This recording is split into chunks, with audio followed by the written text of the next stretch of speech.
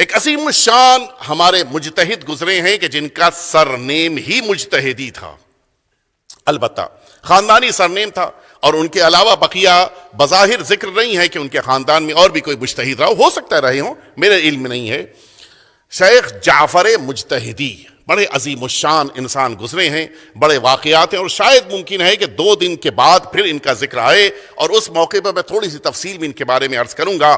اللہ رب العزت نے ہر زمانے میں کچھ ایسے افراد رکھے ہیں کہ جو آخری امام کے ناصر اس زمانے میں کہ جو غیبت کا دور ہے اس میں بھی ہوتے ہیں، ذکر آئے گا انشاءاللہ۔ اور شاید آپ حضرات بھی، چونکہ وظاہر ہے کہ اب آپ لوگ کلپس وغیرہ سنتے رہتے ہیں، سید شفتی کے واقعے میں اگر آپ نے سنا ہو تو میں نے اس میں تفصیل سے عرض کیا ہے کہ کس طرح سے امام کے مددگار ہر زمانے میں ہوتے ہیں۔ یہ شیخ جعفر مجتہدی جو خود مجتہد تھے، خود بہت بڑے عالم تھے، یہ امام کے ناصروں میں تھے۔ یہ بہت بڑی بات ہے، امام کسی کو یہ شرف دے دے۔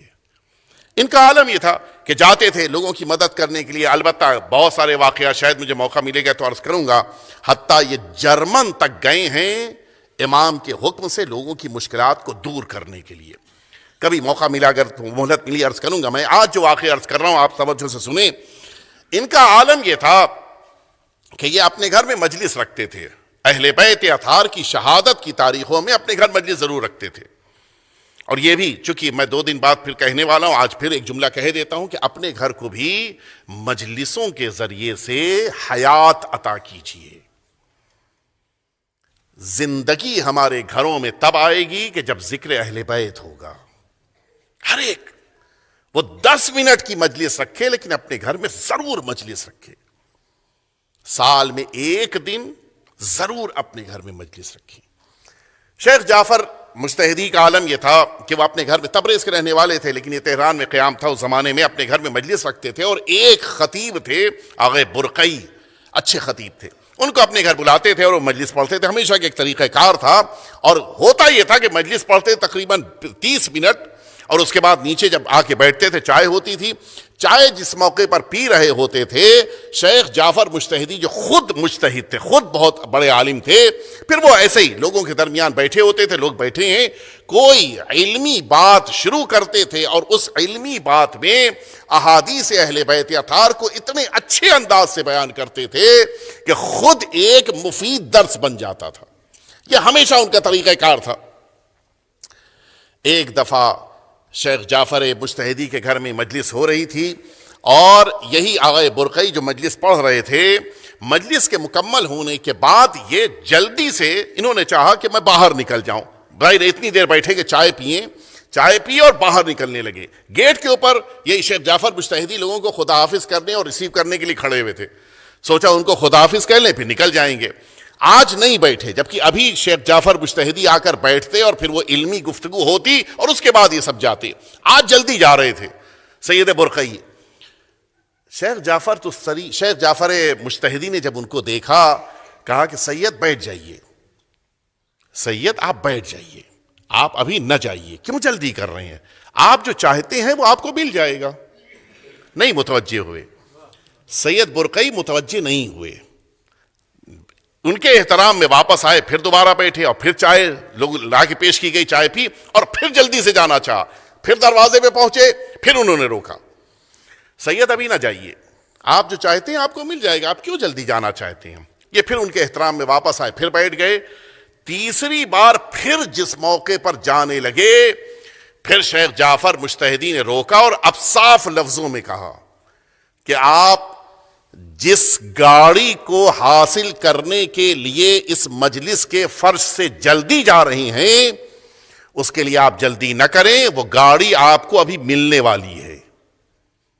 اب یہ متوجہ ہوئے سید برقعی، اب متوجہ ہوئے کہ کچھ بات ہے جو ان کو سب پتا ہے، کسی کو نہیں پتا ہے، ان کو پتا ہے۔ آگے بیٹھ گئے، تھوڑی دیر کے بعد اچھا اب آگے بیٹھے تو بالکل اطمینان کے ساتھ۔ تھوڑی دیر کے بعد شیخ جعفر مجتہدی نے آواز دی کہ سید، چونکہ ان کے خطیب تھے، ان کے وہاں کے ہمیشہ مجلس پڑھتے تھے، سید یہاں آئیے۔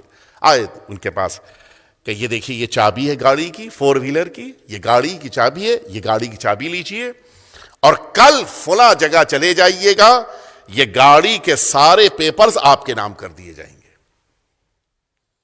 لیکن سید برقعی آپ کے جد امام حسین نے ایک پیغام دیا ہے، اور انہوں نے یہ فرمایا ہے کہ سید برقعی سے کہہ دینا کہ یہ بات مناسب نہیں ہے کہ ایک مولا کے ہوتے ہوئے کسی غیر کے پاس جا کر اپنی مشکل کو بیان کرے۔ زارو قطار رونے لگے، سید برقعی بے پناہ رو گیا۔ پوری بات سامنے آ گئی تھی، پبلک کو تو نہیں پتا ہے لیکن یہ تو سب کچھ جانتے ہیں۔ بیٹھ گئے وہیں زمین پہ۔ لوگوں نے پوچھا کیا بات ہے؟ کیا سنو گے؟ آؤ بتا دیتا ہوں۔ میں مجلسوں کے لیے جاتا تھا تو ظاہر ہے کہ میرے پاس خود کوئی سواری نہیں تھی، مجھے کبھی ٹیکسی کرنی پڑتی تھی، کبھی کسی سے لفٹ لینا پڑتی تھی۔ ایک عجیب مرحلہ ہوتا تھا میرے لیے، عمر زیادہ ہو چکی ہے، کبھی کبھی گاڑی کے انتظار میں گھنٹوں کھڑے رہنا پڑتا تھا۔ میں نے یہ سوچا کہ آج چونکہ وہ نیا زمانہ تھا، نیا انقلاب آیا تھا ایران میں، اس زمانے میں کچھ لوگوں کو اگر زیادہ درخواست آ جائیں اور لوگ ریکویسٹ کریں تو لوگوں کو کم خرچے پر گاڑی دی جاتی تھی۔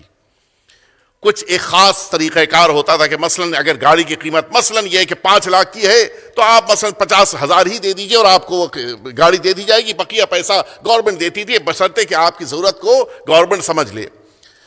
جس ڈپارٹمنٹ کی طرف سے، جس وزارت کی طرف سے گاڑی دی جاتی تھی، انہوں نے فرمایا کہ اس میں میرا ایک رشتہ دار کام کرتا تھا۔ میں نے اس سے ریکویسٹ کیا کہ مجھے مجلسوں میں جانے کے لیے مشکل ہوتی ہے تو تم مجھ کو ایک گاڑی دلا دو۔ اس نے کہا یہ کون سی بڑی بات ہے، میں آپ کو فری میں دلا دوں گا، آپ کو وہ مثلاً 50,000 بھی نہیں دینا پڑے گا۔ کب آنا ہوگا؟ کہ کل آ جائیے گا۔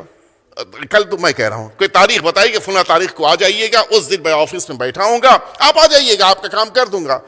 سید برقعی کہتے ہیں کہ میں نے اس سے کہا کہ وہ دن تو وہ ہے کہ جس دن شیخ جعفر مجتہدی کے گھر میں مجھے مجلس پڑھنے جانا ہے۔ کہا نہیں دیکھیے اسی دن بس وقت ہے، اس کے علاوہ کچھ وقت نہیں ہے، نہ اس سے پہلے آنے کی گنجائش ہے نہ اس کے بعد ہے، اسی دن آنا ہوگا۔ کہا میں نے اس سے جب زیادہ کہا کہ بھئی اسی دن نہیں آ سکتا تو اس نے کہا یہ کام کیجئے کہ آپ مجلس ختم کیجئے گا اور فوراً چلے آئیے گا، میں آپ کا کام کر دوں گا، لیکن 2 بجے سے پہلے آنا۔ 2 بجے آپ جانتے ہیں کہ ایران میں جو آفیشیل ٹائم ہے وہ 7 سے 2 کا ہے، ہمارے شاید یہاں کے اوپر 10 بجے شروع ہوتے ہیں، 9 بجے شروع ہوتا ہے، یہ ہمارے مثلا انڈیا پاکستان میں 10 بجے کا ٹائم ہے، ایران میں 7 سے 2 کا ٹائم ہے۔ کہا 2 بجے سے پہلے آئیے گا، 2 بجے آفس بند ہو جائے گا، اس کے بعد فائدہ نہیں ہے آپ کے آنے میں۔ کہ میں یہ دیکھ رہا تھا کہ مجلس سے میں اترا ہوں، یہاں سے جو فاصلہ ہے وہ تقریباً 1 گھنٹے کا ہے، اگر میں ابھی چلا جاؤں گا تو میرے سارے کام نپٹتے 2 بج جائیں گے، اور اگر دیر سے گیا تو 2 بج جائیں گے، میرے جانے کا فائدہ نہیں ہوگا، لہٰذا میں جلدی جا رہا تھا۔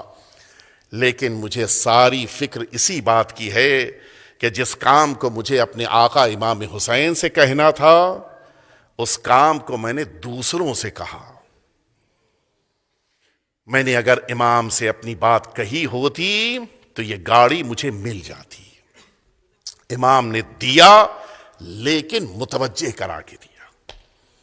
شیخ جعفر مجتہدی کہتے ہیں میں تو دیکھ رہا تھا، اچھا شیخ جعفر کے پاس وہ نگاہیں تھیں جو برزخی نگاہ کہلاتی ہیں، جو دیکھ لیتے تھے ساری حقیقتوں کو اور ساری باتوں کو سمجھ لیتے تھے، اور اسی لیے آغا مراشی نجفی کا جملہ ہے کہ شیخ جعفر مجتہدی کا مستقیم اور ڈائریکٹلی رشتہ تھا اہل بیت اطہار سے، یعنی ڈائریکٹلی پیغام لیتے تھے اہل بیت اطہار سے۔ عجیب شخصیت تھے، کبھی ذکر آئے گا میں بیان کروں گا۔